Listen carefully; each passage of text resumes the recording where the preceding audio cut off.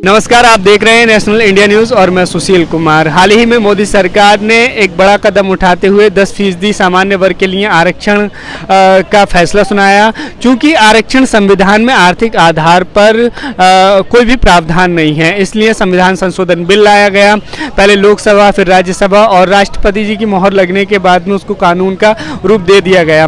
इसके बाद से पूरे देश में एक असंतोष की स्थिति पैदा हुई और उन्हीं में से एक विपिन कुमार भारतीय जी, जिन्होंने सुप्रीम कोर्ट में इसके खिलाफ याचिका दायर की। उनका ये कहना था चूंकि आर्थिक आधार पर कॉन्स्टिट्यूशन में कोई भी प्रावधान नहीं है रिजर्वेशन देने का और मोदी सरकार ने ऐसा कदम उठाया, तो आज यानी कि 25 जनवरी को सुप्रीम कोर्ट ने उनकी याचिका पर सुनवाई की। और क्या क्या हुआ है इस संबंध में, इस केस में, हम उनसे ही जानते हैं।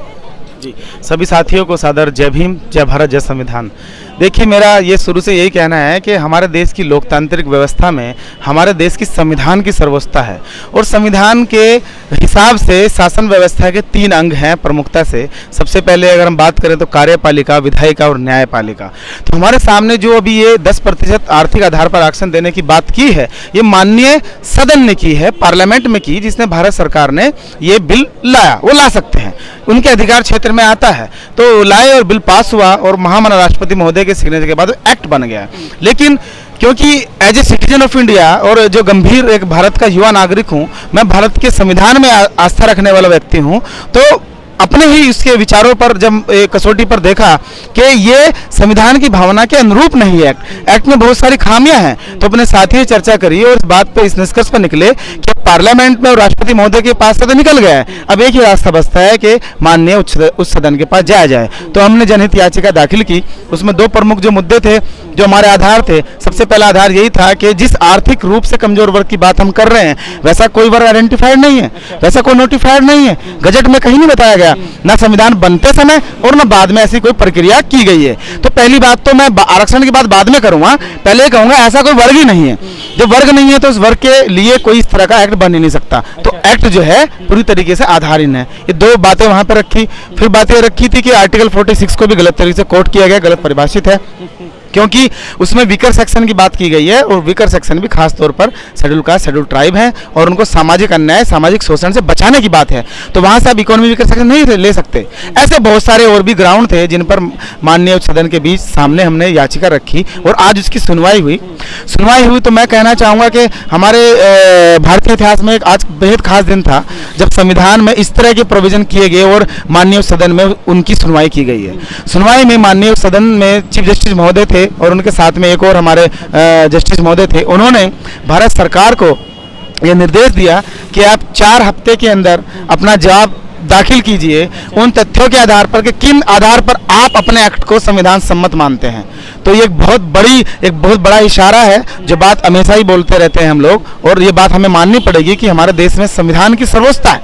तो संविधान को ही आधार बनाकर माननीय सदन ने बात बोली कि आप बताइए कि आपका एक्ट संविधान सम्मत कैसे है। तो ये 4 हफ्ते का समय दिया गया माननीय भारत सरकार को, उसके बाद में प्रोसीडिंग आगे बढ़ेगी। तो जिस तरीके से विपिन जी, मोदी सरकार ने मनमानी करते हुए, संविधान की अनदेखी करते हुए ये 10% आरक्षण का जो एक निकाल कर लेके आए, ये आदेश निकाल कर अध्यादेश लेकर आए, कानून बनाने की कोशिश की गई। तो अब आपने जिस तरीके से सुप्रीम कोर्ट में याचिका दायर की है, तो क्या लगता है कि ये जो बिल है, ये जो कानून है, वो खारिज कर दिया जाएगा सुप्रीम कोर्ट की तरफ से? और क्या मोदी सरकार को इस पर जो है कोई खामियाजा भुगतना पड़ सकता है? देखिए, बड़ी महत्वपूर्ण सवाल आपने पूछा और मैं चाहता हूं कि इस सवाल पर हर देश के नागरिक को चर्चा करनी चाहिए। मैंने पहले ही बोला कि शासन के 3 अंग हैं, तो इसमें कोई दिक्कत नहीं है। माननीय भारत सरकार ला सकती है एक बिल, अगर उनको लगता है कि किसी खास वर्ग के लिए, कुछ वर्गों के लिए कोई प्रोविजन करना है, उनको ऊपर उठाना है, उनका रिप्रेजेंटेशन नहीं है, तो ला सकते हैं। उनको संविधान अधिकार देता है, उन्होंने वो काम कर दिया। लेकिन वो क्योंकि एक्ट में खामियां हैं, तो उन खामियों के आधार पर जो बाकी जो माननीय उच्च सदन बचा है, हम वहाँ जुडिशियल रिव्यू के लिए गए। तो जुडिशियल रिव्यू में जो ग्राउंड मैंने आपको बताए, उनके आधार पर बिल्कुल मुझे खुद लगता है कि ये एक्ट कहीं ना कहीं निरस्त होने की संभावना है। वो तो माननीय उच्च सदन बता देगा।